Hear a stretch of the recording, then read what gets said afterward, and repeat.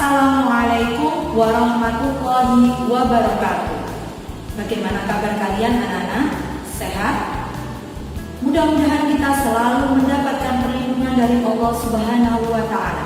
Amin ya Rabbal Alamin. Berjumpa kembali dengan Bu Al-Maidah dari MTS Wahid Hasim Surabaya. Bu Al akan mengajak kalian untuk belajar sejarah kebudayaan Islam.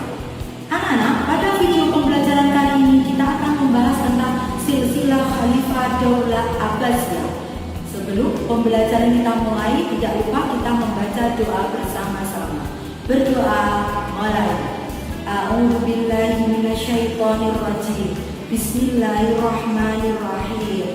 Raditu billahi rabban wa bil islami dinan wa bi Muhammadin nabiyyan wa rasulah. Rabbi zidni ilma warzuqni fahma waj'alni minas sholihin. Oke anak-anak, kalian bisa menyaksikan video pembelajaran berikut ini.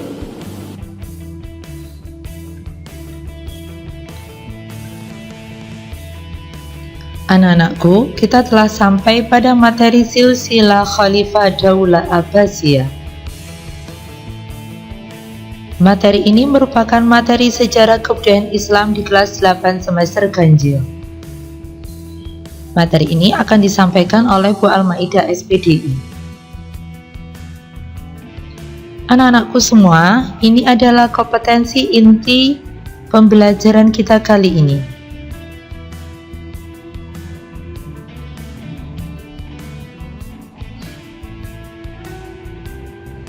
Sedangkan ini adalah kompetensi dasarnya.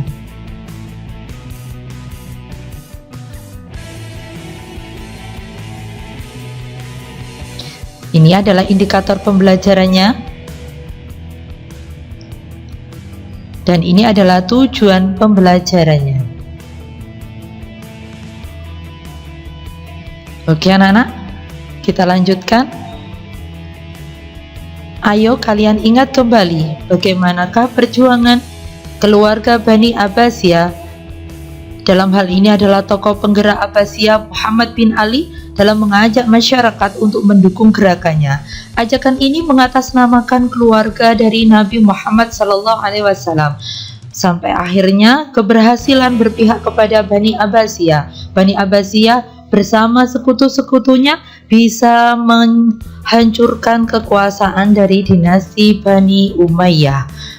Dalam pertempuran yang terakhir, yaitu pertempuran Zabulu, pasukan dari Bani Abbasiyah beserta para pengikut-pengikutnya bisa menghancurkan kekuasaan dinasti Bani Umayyah.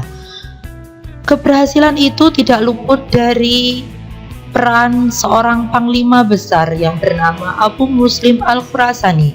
Beliau adalah tokoh penting yang berhasil meramu gerakan sehingga masyarakat mendukung gerakannya untuk menggulingkan Daulah Umayyah. Abu Muslim Al-Khurasani merupakan tokoh yang sangat berpengaruh di kota Khurasan. Beliau diangkat oleh Ibrahim Al-Imam untuk menjadi panglima perang dan hasilnya sangat memuaskan.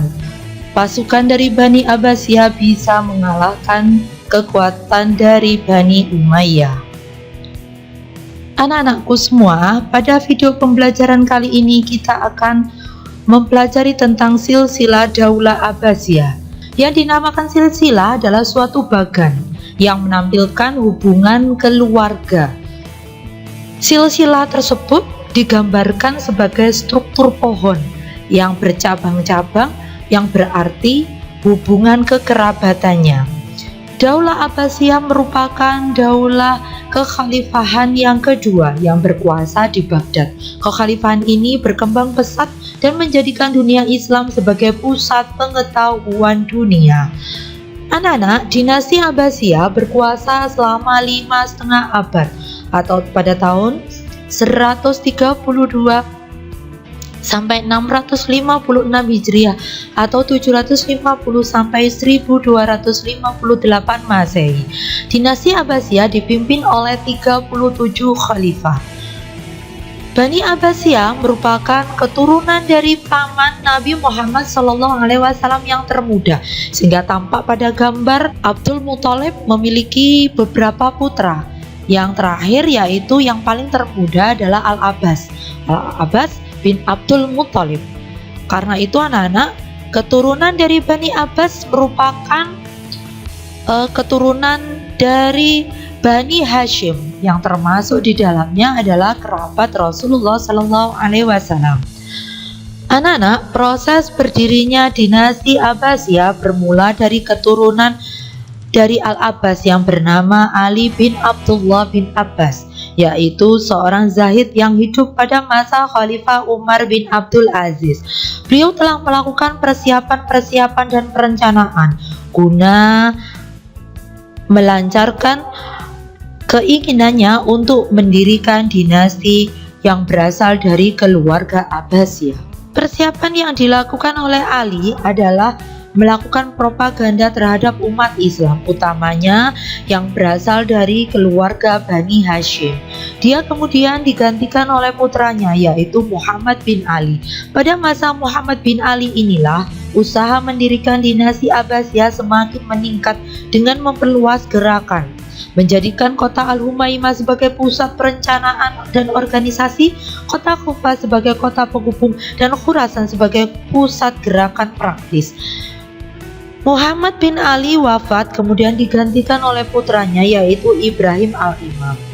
Ibrahim al-Imam juga melakukan beberapa usaha-usaha sehingga beliau berhasil untuk merebut kota Khurasan dan mencapai kemenangan.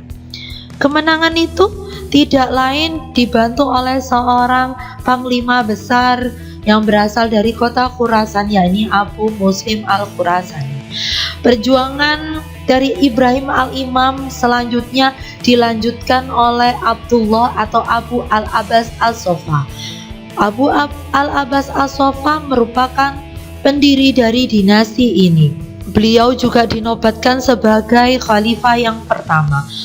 Abu Abbas as-Sofa memerintah dinasti ini hanya selama 4 tahun saja. Anak-anak, selanjutnya khalifah yang kedua yaitu Abu Ja'far al-Mansur. Abu Ja'far al-Mansur tampak pada silsilah beliau merupakan saudara dari Abu Abbas as-Sofa. Untuk selanjutnya, kekhalifahan dari Daulah Abbasiyah dilanjutkan oleh Muhammad al-Mahdi. Al-Mahdi merupakan putra dari Abu Ja'far al-Mansur. Khalifah yang keempat dilanjutkan oleh Musa al-Hadi. Musa al-Hadi merupakan putra dari al-Mahdi. Musa al-Hadi untuk selanjutnya diteruskan oleh khalifah yang kelima, yaitu Harun al-Rashid yang merupakan saudara dari al-Hadi. Anak-anakku semua, khalifah yang keenam itu adalah putra dari Harun al-Rashid, yaitu Al-Amin. Al-Amin hanya memangku jabatannya beberapa tahun saja, kemudian dilanjutkan oleh Al-Ma'mun, yaitu khalifah yang ketujuh. Al-Ma'mun kemudian dilanjutkan oleh Al-Mu'tasim yang merupakan khalifah yang ke-8.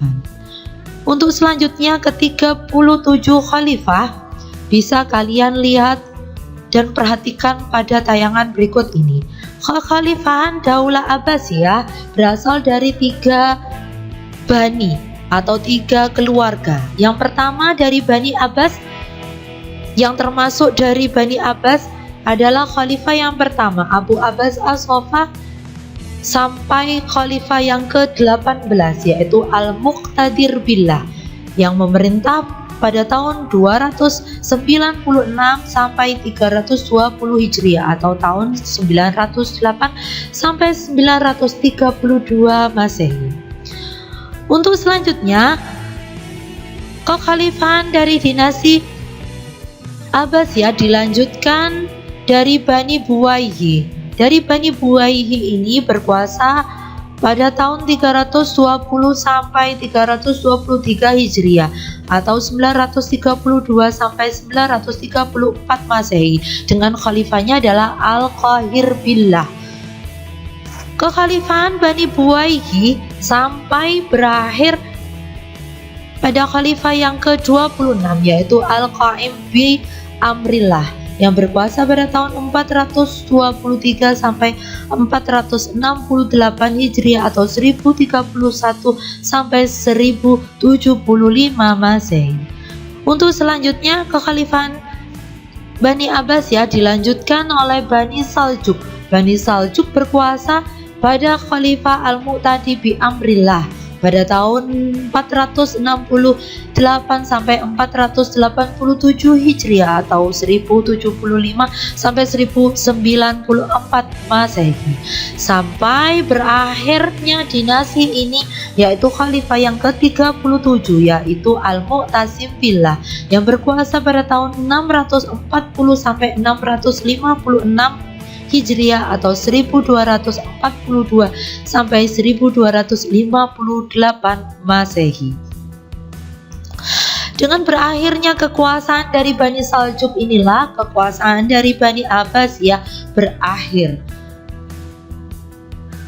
Anak-anak, dari ke-37 khalifah terdapat khalifah-khalifah yang berhasil yang mengantarkan kekhalifahan Daulah Abbasiyah mencapai puncak kejayaannya, yaitu kekhalifahan Abu al-Abbas as-Sofa. Abu al-Abbas as-Sofa adalah pendiri dinasti Abbasiyah. Beliau merupakan sosok pemimpin yang tegas. Beliau pula yang mematahkan kekuasaan dinasti Umayyah yang didirikan oleh Muawiyah bin Abu Sufyan pada masanya, yaitu 721 sampai 750 Masehi. Anak-anak, beliau mengkonsolidasikan berbagai kekuatan untuk kejayaan dinasti Abbasiyah. Khalifah yang kedua yaitu Khalifah Abu Ja'far al-Mansur. Abu Ja'far al-Mansur memimpin dinasti Abbasiyah selama 25 tahun, yaitu pada tahun 750 Masehi sampai 775. Beliau merupakan saudara dari Abu al-Abbas. Selama pemerintahannya, beliau mendirikan ibu kota baru dengan istananya yang bernama Madinat As-Salam, yang kemudian bernama Kota Baghdad.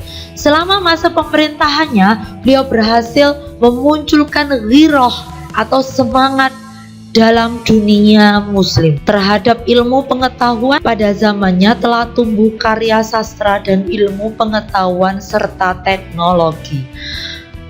Kekhalifahan yang ketiga yaitu Khalifah Harun al-Rashid. Kekhalifahan Abbasiyah mencapai puncaknya, yaitu yang disebut dengan The Golden Age of Islam. Pada masa Khalifah Harun al-Rashid inilah beliau mendirikan Bait al-Hikmah, sebuah perpustakaan terbesar pada zamannya. Banyak sarjana muslim dan orang-orang barat yang belajar di kota Baghdad. Beberapa proyek besar yang dihasilkan selama pemerintahannya adalah keamanan dan kesejahteraan seluruh rakyat, pembangunan kota Baghdad, pembangunan sejumlah tempat ibadah, sarana pendidikan, hingga pendirian Bait al-Hikmah. Bait al-Hikmah ini berfungsi sebagai perpustakaan dan tempat penerjemahan karya-karya intelektual Persia dan juga kota Yunani. Selanjutnya, khalifah yang kelima yaitu Khalifah Al-Mu'tasim. Beliau memerintah Bani Abbasiyah setelah Khalifah Al-Ma'mum. Selama pemerintahannya, yakni pada tahun 833 sampai 842 Masehi, beliau berhasil menumbuhkan minat para pelajar muslim dan barat untuk mendalami ilmu pengetahuan di kota Baghdad. Pada masa inilah lahir seorang ahli matematika muslim yang terkenal, yaitu Al-Kindi. Sepeninggal Al-Mu'tasim, secara perlahan-lahan kejayaan dari Bani Abbasiyah mulai menurun. Hal ini disebabkan oleh pergolakan politik yang tak heran jika kemudian lahir dinasti Buwaihi, dinasti Mamluk, dan dinasti Saljuk. Anak-anak, kita masuk pada pembahasan selanjutnya, yaitu periodisasi Daulah Abbasiyah. Masa pemerintahan Daulah Abbasiyah dibagi menjadi 5 periode. Kehancuran dinasti Abbasiyah datang seiring dengan serangan Hulagu Khan, yakni pada tahun 1258 Masehi. Kota Baghdad dan berbagai peninggalan bersejarah dihancurkan. Khalifah Al-Musta'sim dan keluarganya dibunuh. Dengan demikian berakhirlah kekuasaan dari dinasti Abbasiyah. Anak-anak, terdapat faktor-faktor yang menjadi penyebab keruntuhan Daulah Abbasiyah, yakni yang pertama adalah faktor intern. Anak-anak, berikut ini adalah faktor-faktor ekstern penyebab keruntuhan dari dinasti Abbasiyah.